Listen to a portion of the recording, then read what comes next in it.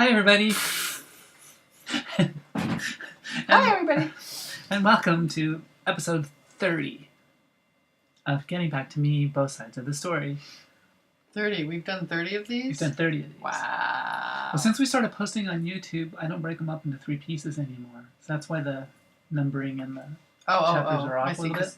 Okay, we don't care. Apparently not. So, it's fall. Finally. We think it's settled in. Nah. No? You don't think so? It's going to go back? Well, we've had hot weather and you said Halloween. That. Please don't say that again. Oh, you said it again. That's my line, too. Just warning you. I know. Okay. I don't want... But it's nice. It's the first time we've been able to wear long sleeves, and it's starting to... And we had a fire last night. Yeah. Very good. I'm done with summer. Really am. Anyways. And today's episode is apparently brought to you by Google. Well, it's mostly brought to you by Zuzubean. That's Press. right. Zuzubean Press. mugs. Our Flocky mugs. What? Boy. See, I'm showing one side, you show the other. Okay, you're showing Zuzu, so I'll show... Maybe I can find the camera here. Ah! This is weird. You try it sometime. It's backwards. Radiate light, laughter, and love. With Zuzubean Press. Flocky mugs. Woo! Woo! Figured it out. Okay. So there, you can find them on our website, which also is zuzubean.com.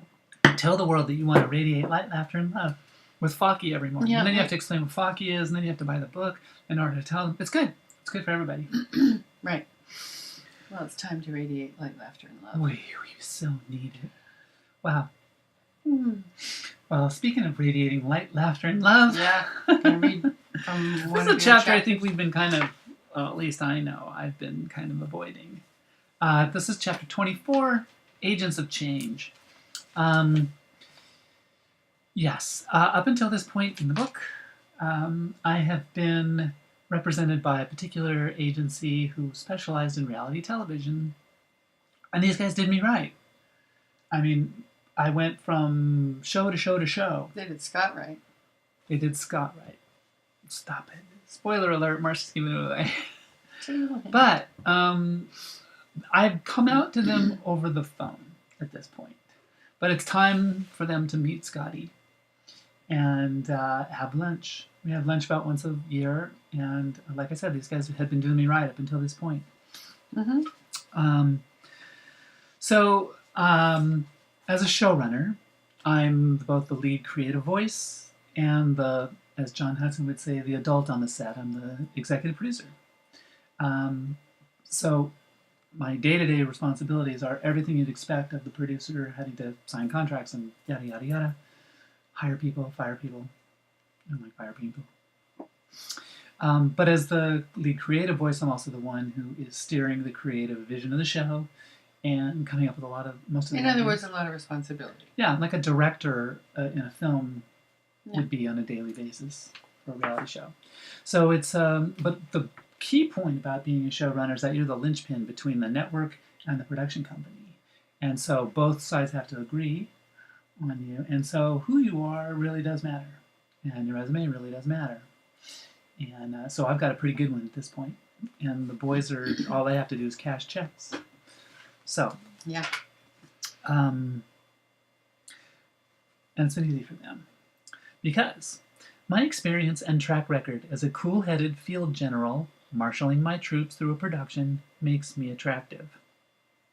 And it's my creative voice that so far has produced a successful audience experience. In essence, we're really meeting today to test our success and whether I have put enough into the credibility bank to cash in a few chips to be me.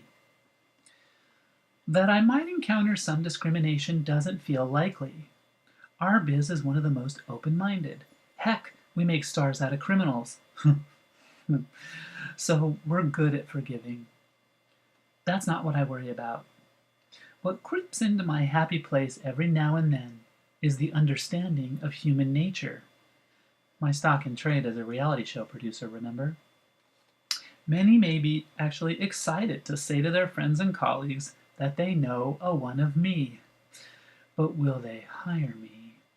Or will it be NIMS, not in my broadcast show? And will I even know that this is happening? I suppose not. It's how the dirty little secret remains a secret.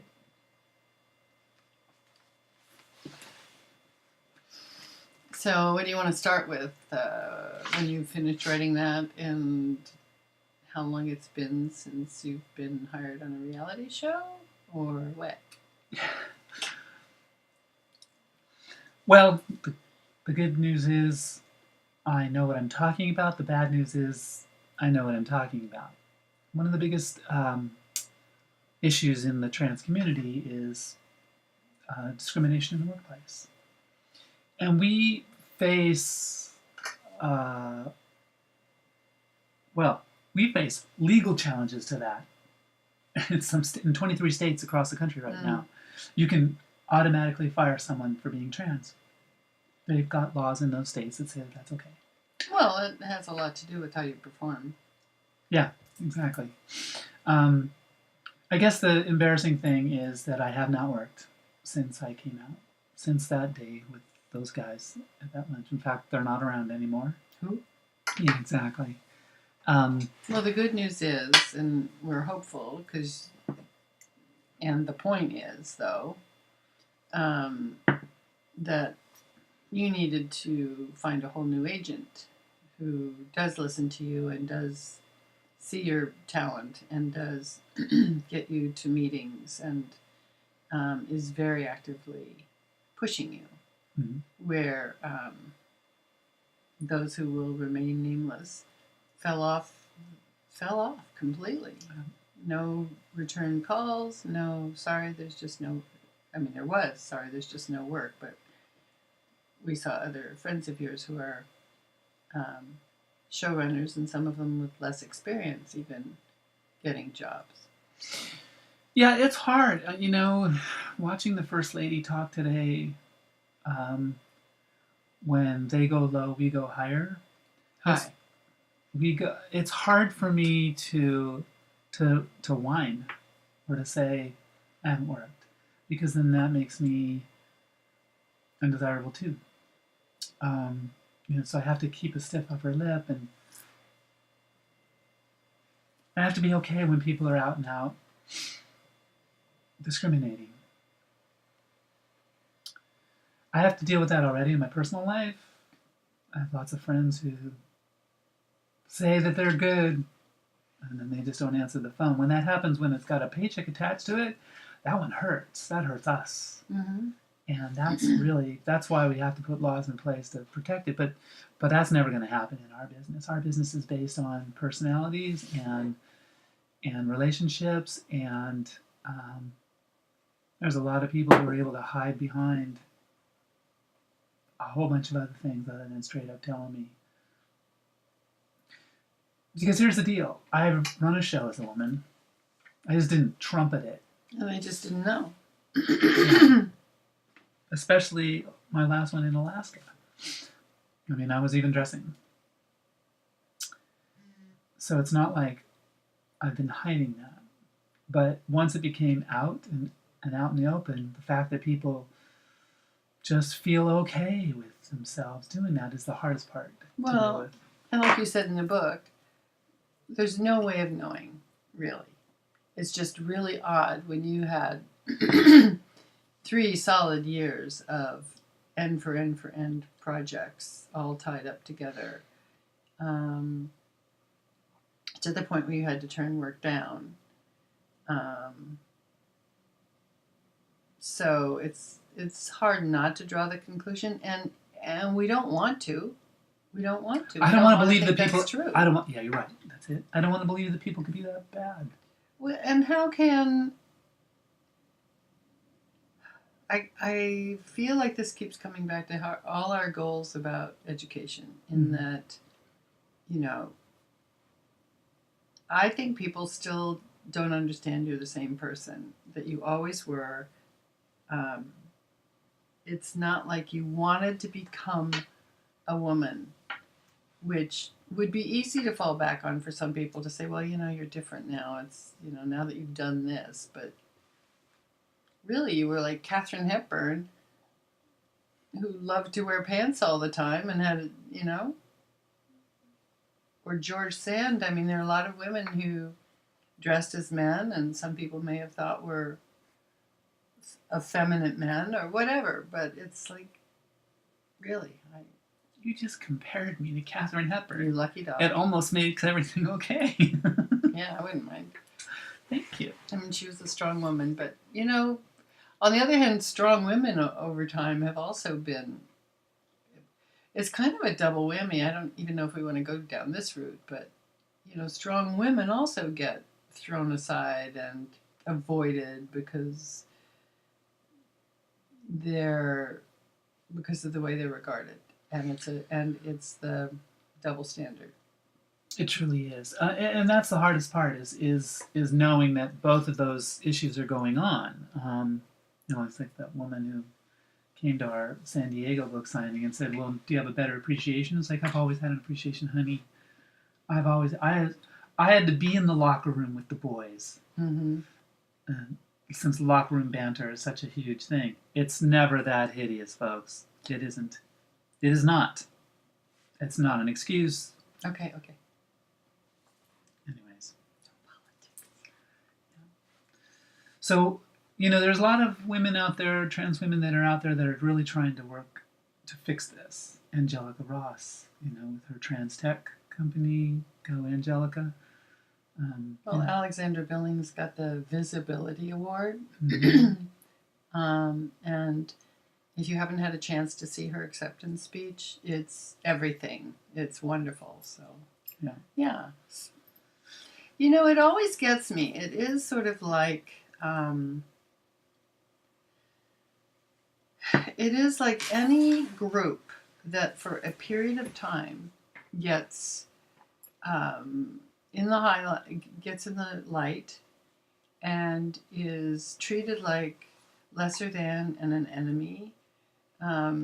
We've talked a little bit about some of the bigotry of the country right now against certain groups that are named. But then we think back to the Irish when they were first coming into the country and everything the Irish went through that was similar to what other quote-unquote minority groups have had to go through. But, you know, would you have a problem with the Irish right now? Not so much. They've been replaced. And someday, LGBTQ people will be completely, I think, comfortably embraced and that the issues even will be forgotten.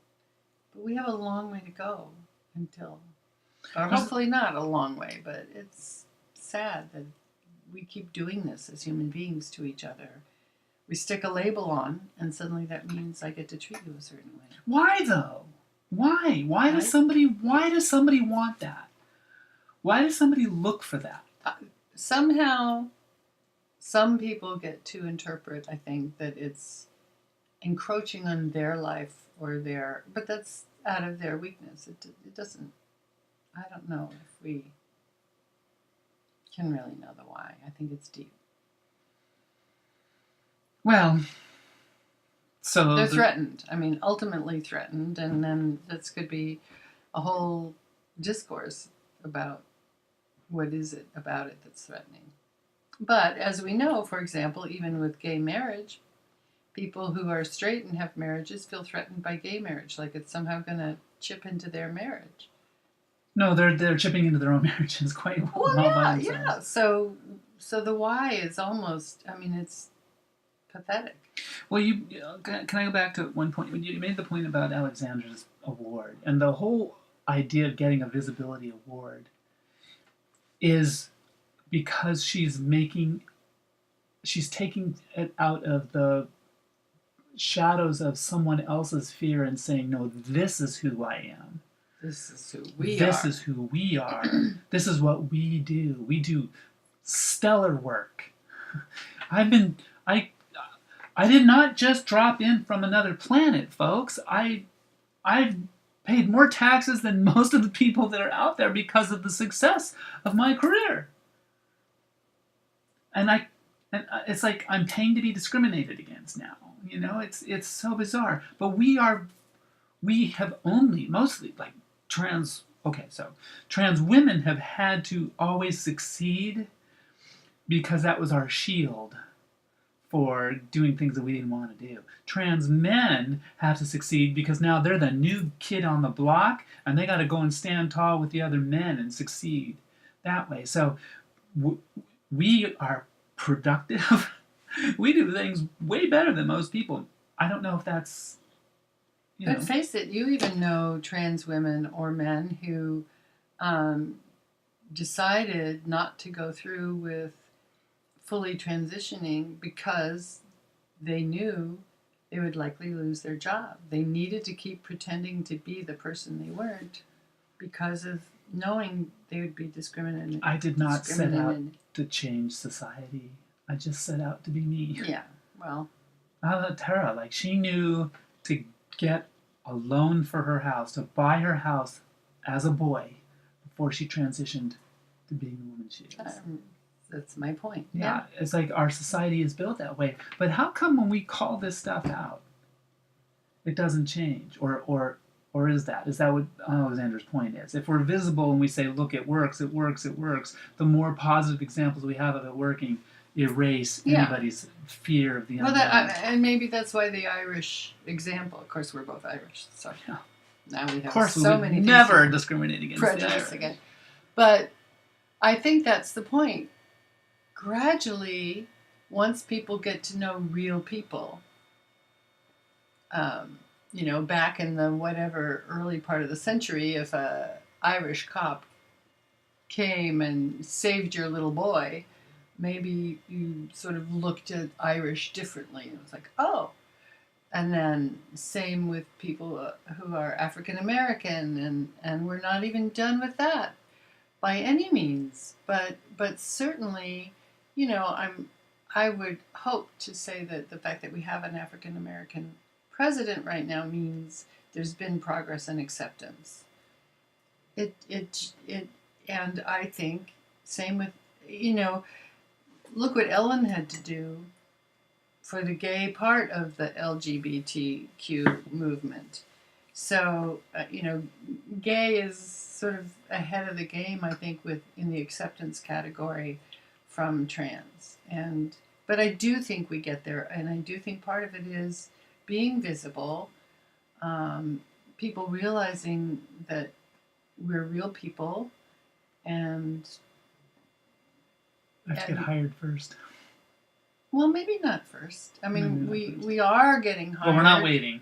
We are getting hired to speak to the world about this, and so I feel like this is part of what we can do too. Yeah. So. Well, okay. Well, that wasn't so hard. I've been avoiding this chapter for that. Oh. I want to say out loud and stuff. But. Yeah. Well, I think also just to kind of wrap it up if we can, is the difference between the two agents, and I think that's why it's important to point this out. You went from agents who shut down and shut you out to an agent who proactively calls you, follows up with the people. Hi, Susan. Thank you, Susan. So we're seeing that shift. We're experiencing in a very real way the shift. When it turns into a gig, that'll even be better. But she's a totally different story, and I take that as a good sign of where things can go. Yeah, it's easy to get impatient though, for sure. Yeah, especially when the mortgage is due. I think that's the thing, is people's lives are attached to all of these little discriminations. Right. People are able to say, or even, oh, that's not my thing to think about today. Then think of all the people that are hurt by that, by just indifference. Mm-hmm. Indifference is almost worse than that out-and-out stuff. And that's what's getting me. Anyways, I'm thinking. Light, laughter, and love. Light, laughter, and love. Let's see, we got the love at least there. And so let's switch to light and laughter. What do we want to laugh about before we go? So just, my brother came today and went for a walk with me, and there's this really wonderful gentleman in our neighborhood who walks every day, and if you see him on our street, he walks serpentine, but he gets his exercise like 3 times a day. And he told my brother, he's, I think, pushing 80. So he said, can I tell you a joke? And my brother said, okay. So it was just a really off-color joke. My brother shared it with me, but we laughed because it's like you just would not expect it coming out of the mouth of this definitely grandpa-looking guy who's walking serpentine up the road. So it made us laugh. So you're not going to tell us the joke? Oh, no. Wow. Okay, but now we have No, I'm not going to perpetuate. No, stop. That was the point. Well, we got to give him some joke. No. Do you have one? Nobody gets your jokes. Forget the 2 nuns walk into a bar and all those things. Let's just... I know. You guys make up a joke and send it to us. I've never been... Yes, you have. Okay. So that's Light, Laughter, and Love. Join us. Get a mug. We also have T-shirts. So please visit our website store and do your Christmas shopping early. See you next week. Bye.